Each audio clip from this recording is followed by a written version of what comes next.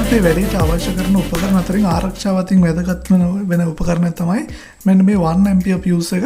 ඉතින් අපි මේ fuse එකක් දාලා මෙන්න මේ වගේ DC 12 volt DC jack එකක් පාවිච්චි කරනවා router එකට විදුලිය අරගෙන යන්න. ඉතින් මේක ඔයාලට කඩෙන් වෙනම මිලදී ගන්නත් පුළුවන් නැත්නම් පරණ charger එකකින් wire එක ගලවලා ගන්නත් පුළුවන්. ඉතින් මම මේ විදිහට මේ බැටරි එකේ casing එක පොඩ්ඩක් අයින් කරලා මේකේ තියෙන fuse box එක එදිට ගන්නවා. fuse box එක ඇතුළේ තමයි අපි අලුත් fuse එකක් දාලා wire line එක අරගෙන යන්නේ router එක දක්වා. ඉතින් මේක ඔයාලට පොඩ්ඩක් පැහැදිලිව බලා ගන්න පුළුවන් වෙයි කොහොමද මේක කරන්න කියලා. ඉතින් මෙන්න මේ විදිහට ප්‍රධාන fuse එක අපිට බලන්න පුළුවන් බයික් එකට එන මේක හැම බයික් එකකටම වගේ තියෙනවා fuse box එකක්.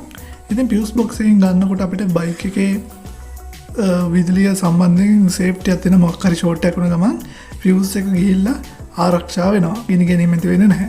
ඉතින් ඒ හින්දා අපි මේකට 1 ampere fuse එකක් පාවිච්චි කරනවා router එකත් එක්ක. ඉතින් මම ඒක පාස් ගන්න විදිය වලට පෙන්නන්නම්. මම මෙන්න මේ විදිහට බැටරි එකේ වෙන ප්‍රධාන ධන වයර් එකට තමයි fuse box එකේ තියෙන මෙන්න මේ අග්‍රයට පාස් ගන්න අපේ අලුත් fuse එක. මොකද බයික් එකේ තියෙන fuse එක ගොඩක් ලොකු ampere ගානකට ඔරොත්තු දෙන fuse එකක්. ඉතින් ඒ හින්දා ඒක අපිට සුදුසු වෙන්නේ නැහැ router එකට භාවිත කරන්න. මොකද router ෂෝට් වුණොත් එහෙම මේ fuse එක යන්නේ නැතුව wire එක උණු වෙන්න පුළුවන් හැකියාවක් තියෙනවා. ඉතින් ඒ හින්දා මෙන්න මේ වගේ අලුත් fuse එකක් දැම්ම 1 ampere විතර ඔරොත්තු දෙන මට්ටමේ fuse එකක්. ඉතින් හදිසිය හරි අපේ router එකට අපි සම්බන්ධ කරන wire එක ෂෝට් වුණොත් එහෙම මේ fuse එක පිච්චිලා යනවා. එතකොට අපිට කිසිම ගිනි ගැනීමක් හෝ කිසිම අනතුරක් නැතුව ලේසියෙන්ම fuse එක මාරු කරලා ආපහු මේක භාවිතයට ගන්න පුළුවන් තත්ත්වයට හදා ගන්න පුළුවන්. හරි ඉතින් ඔන්න ඔය විදිහට මම ලේසියෙන්ම fuse එක පාස් ගත්තා අපේ බැටරියෙන් එන ධන වයර් එකට.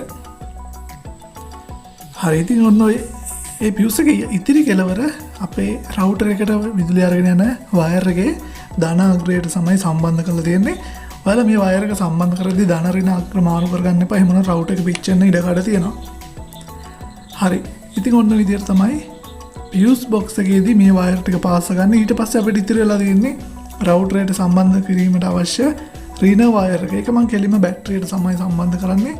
එහෙම නැත්නම් ඔයාලට ග්‍රවුන්ඩ් කරන්න පුළුවන්. මොකද chassis එකට තමයි ඍණ වයර් එක දීලා තියෙන්නේ බයික් වල සහ ඕනෑම වාහනයක. ඉතින් chassis එකට ග්‍රවුන්ඩ් කරාට පස්සෙත් ඔයාලට ඍණ සම්බන්ධතාවය ලබා ගන්න පුළුවන්. නමුත් මෙතන ලේසියට මෙන්න මේ විදිහට බැටරි ක්ලිප් එකටම තමයි සම්බන්ධ කරන්නේ. ඉතින් දැන් ගොඩක් දුරට අපේ වැඩේ ඉවර වෙලා තියෙන්නේ. අපිට දැන් මේක ෆිනිෂ් කරගන්න දෙන්නේ. ඉතින් මෙන්න මේ විදිහට මේ වයර් එක ඔයාලට බලා ගන්න පුළුවන්. මේක මීටරයක් විතර දිගයි. සාමාන්‍යයෙන් මීටරයක් හෝ මීටර භාගයක් විතර දිගයි.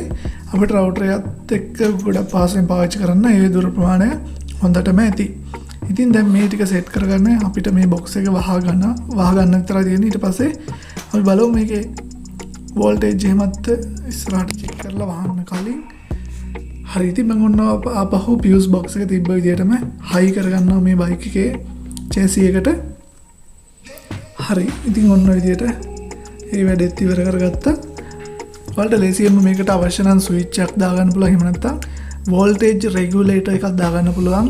7805 කියන voltage regulator එක පාවිච්චි කරලා මම මේකදී ඒ වගේ එකක් පාවිච්චි කරන්නේ නැහැ. ඒකට හේතුවක් තියෙනවා. මොකද මේ බැටරිය එච්චරම voltage high voltage එකක් එන්නේ නැහැ. ඒ කියන්නේ volt 12ට වඩා වැඩි වෙන්නේ නැහැ මේ බැටරිය. මේක ටිකක් පරණ හින්දා මේකේ volt 9ක් හෝ 10ක් වගේ තමයි අපිට බලා ගන්න පුළුවන් ඉන්නේ. ඉතින් ඒ හින්දා regulator එකක් දාන්නේ නැහැ. voltage එක 12 volt වල තියාගන්න. මොකද මේකේ වැඩි වෙන්නේ නැති හින්දා. ඒ වගේම මේක බයික් එක අපි පදින වෙලාවකට router එක පාවිච්චි කරන්නේ නැති හින්දා ඒක අවශ්‍ය වෙන්නේ නැහැ මට. හැබැයි ඔයාලට අවශ්‍යයි නම් මම මේකේ diagram එකක් දාන්නම් මගේ Facebook page එකේ. හරි ඉතින් ඔන්න ඔය විදිහට මේ ටික set කරගත්තා. එච්චර ලොකු දෙයක් නැහැ. ඔයාලට තේරෙන්නේ නැති කෙනෙක්ට විතරක් මම හිතන්නේ මේක ප්‍රයෝජනවත් වෙයි ගොඩක් දුරට. නැත්නම් අනිත් අය සාමාන්‍යයෙන් මේ වගේ දේවල් සම්බන්ධ කරගන්න දැනුම තියෙන කට්ටිය තමයි මේ channel එකත් එක්ක එකතු වෙලා ඉන්නේ.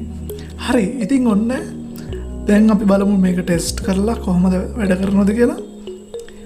දැන් මේ දවස්වල සාමාන්‍යයෙන් පැය 1.5 2 හෝ 3 වගේ තමයි power cut යන්නේ.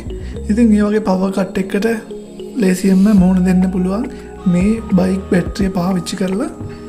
ඒ වගේම තමයි බයික් එක ගොඩක් දුරට පදින්නේ නැත්නම් අඩුම තරමේ දවසකට සැරයක් හරි ස්ටාර්ට් කරලා පොඩ්ඩක් තියන්න. මේකේ බැටරිය නැත්නම් ඩෙඩ් වෙන්න පුළුවන්. දිගටම මේ විදිහට ඔය රවුටර් එක පාවිච්චි කරොත් එහෙම දිගටම පැය 5 ඊට වඩා වැඩි වෙලාවක් පාවිච්චි කරනවා.